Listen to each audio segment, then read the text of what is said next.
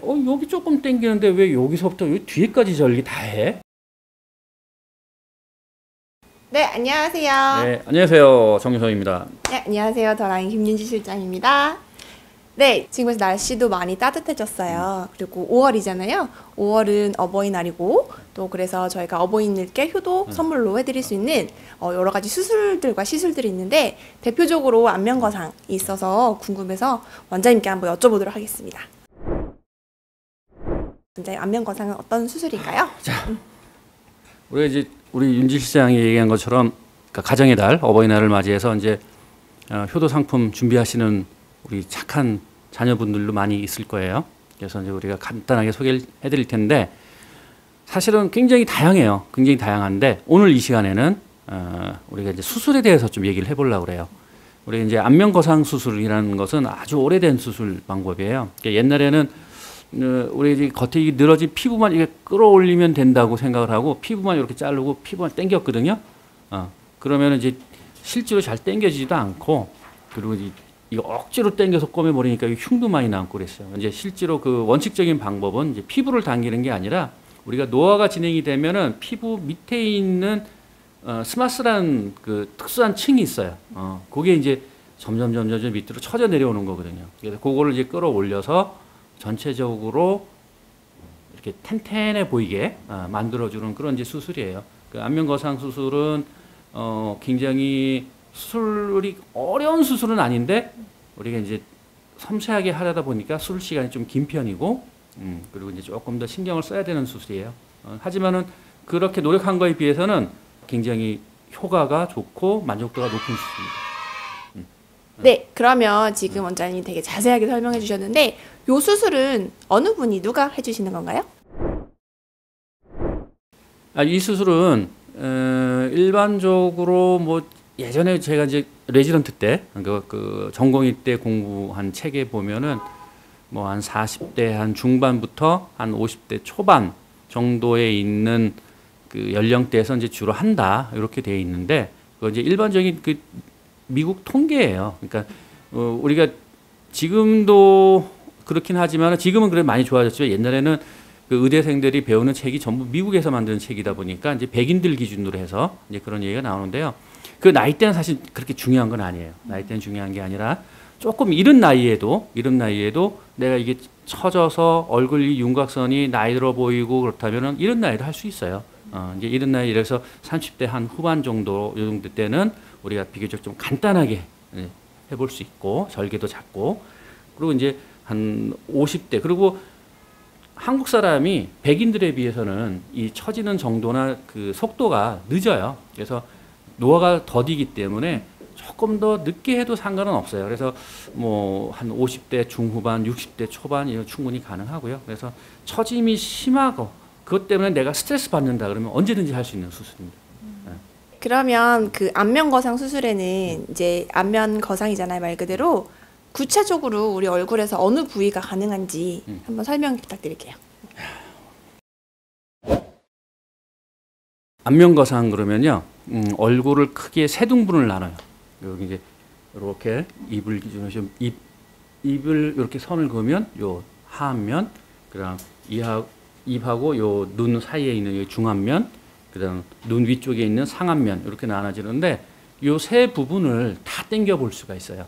그래서 아까 앞에도 이제 잠깐 얘기했지만은 한국 사람들이 처지는 그 형태하고 백인들이 처지는 형태가 조금 달라요. 그래서 한국 사람들은 중안면이 처지는 경우가 심하게 보기 흉하게 처지는 경우가 흔치가 않아요. 그래서 주로 이제 당겨지는 부분이 하안면하고 그리고 이제 상안면 요 부분을 주로 당기게 되고 그리고 이제 그럼에도 불구하고 한국 사람들 중에서도 보면 백인들처럼 좀 이렇게 많이 처지는 분들이 있어요. 이제 그런 경우는 우리가 이제 중안면까지 이제 수술을 하는데 그 절개가 달라지게 되죠. 이제 우리가 이제 하안면 같은 경우에는 딱 단순하게 요 귀 여기 이렇게 이제 귀 앞을 절개해서 귀 뒤까지 이렇게 절개를 해요.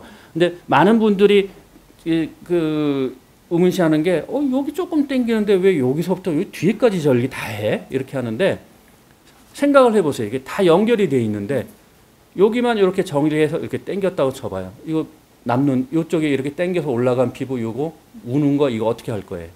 이걸 처리하기 위해서 우리가 이제 뒤로도 절개를 하거든요. 처진 정도에 따라서 이 절개가 조금 달라지는 거고, 그다음 이제 중안면까지 당긴다 그러면은 요거를 이제 뭐 수술하는 선생님에 따라 좀 달라요. 어떤 분들은 헤어 이 모발 안쪽으로 절개를 이렇게 올라가는 분도 계시고, 이제 저 같은 경우에는 이 헤어라인 따라서 이렇게 절개해서 눈썹 위까지 절개를 해서 여기를 이제 이렇게 당겨 올려주고요.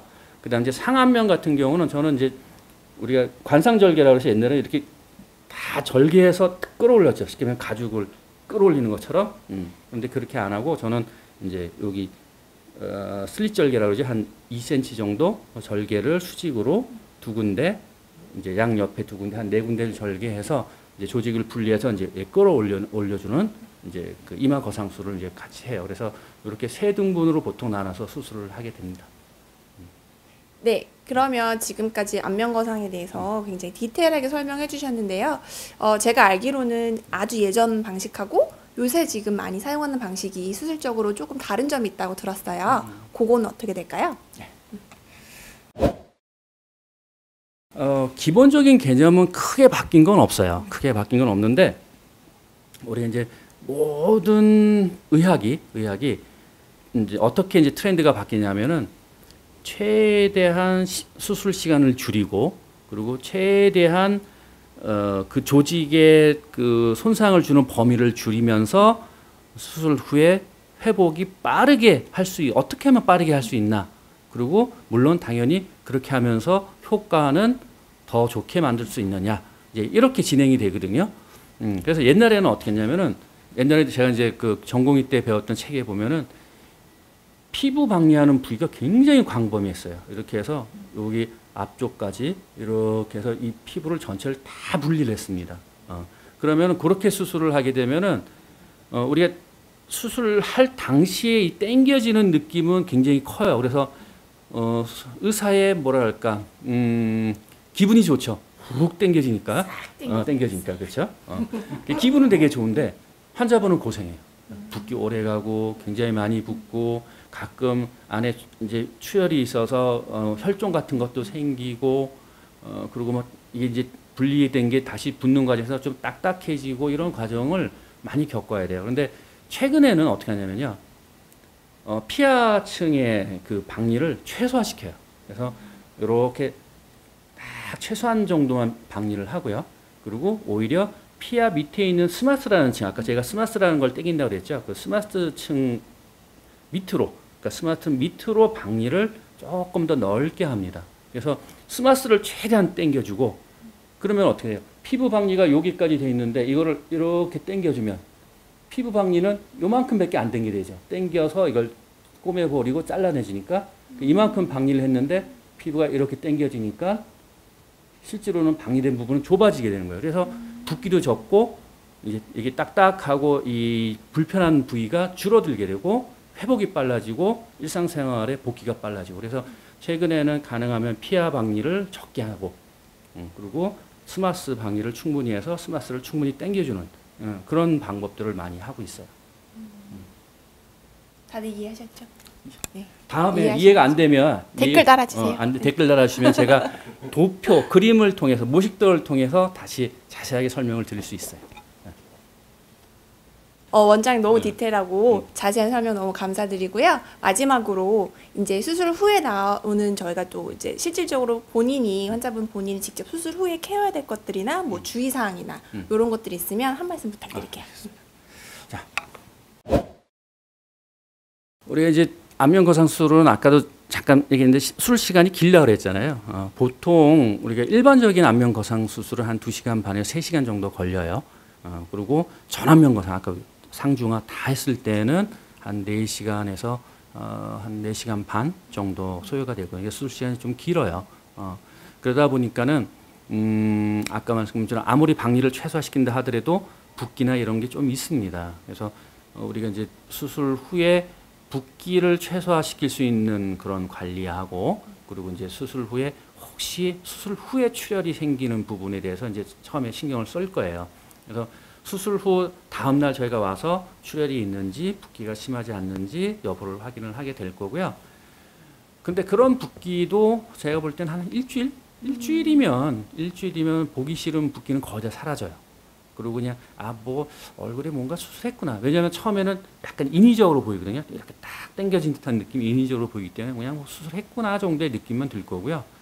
2주 정도 되면은 눈에 보이는, 그러니까 제3자가 느끼는 붓기는 거의 다 사라져요. 그리고 이제 한 달 정도 되면 본인도 거울 이렇게 보면은 붓기 이제 없네라고 느낄 정도로 빠지는데, 실제로 그런 붓기는 한 3개월, 잔 붓기, 숨어 있는 붓기 한 3개월 정도가 돼야 다 빠지고요. 그리고 이제 요 흉터도 교과서적으로는 한 6개월 얘기하는데, 저의 경험으로는 한 3개월 정도만 돼도 별로 눈에 띄진 않아요. 그리고 이제 한 2주 정도 되면 가볍게 이렇게 화장하고 나가시면 글쎄 가볍게 지방 이식한 것 같은 정도의 느낌, 그런 정도만 남기 때문에 다들 이제 이 거상 수술하고 난 뒤에 회복 기간이나 일상생활로 복귀가 너무 시간이 오래 걸릴까봐 걱정들 많이 하시는데, 제가 볼 때는 일주일 정도 잡으시면 크게 무리가 없고 복귀가 되기 때문에 수술을 결정하는 데 있어서 그 회복 기간이 큰 걸림돌이 될 것 같지는 않습니다. 네, 오늘 원장님, 우리 정유성 원장님의 아주 자세하고 디테일한 내용 잘 들으셨고요. 혹시 더 궁금하신 거 있으시면 저희 언제든지 저희 쪽에다 문의 주시면 되시고, 원장님 오늘 너무 감사합니다. 아유, 감사합니다. 네. 내가 진짜 너무 많이 끼어들고 싶었는데. 자연스럽게. 우리 붓기 관리, 사실 원장님 수술 끝나시면 붓기까지는 관리 드리기 좀 힘들고, 여기 지금 나오고 있어요? 꼭 오세요. 붓기 관리는 제가 책임지고, 모든 관리, 수술 후 관리는 우리 실장들이 더라인에서는 어마어마하니까, 이거 원장님도 못해요. 저만 잘할 수 있어요. 꼭 오세요.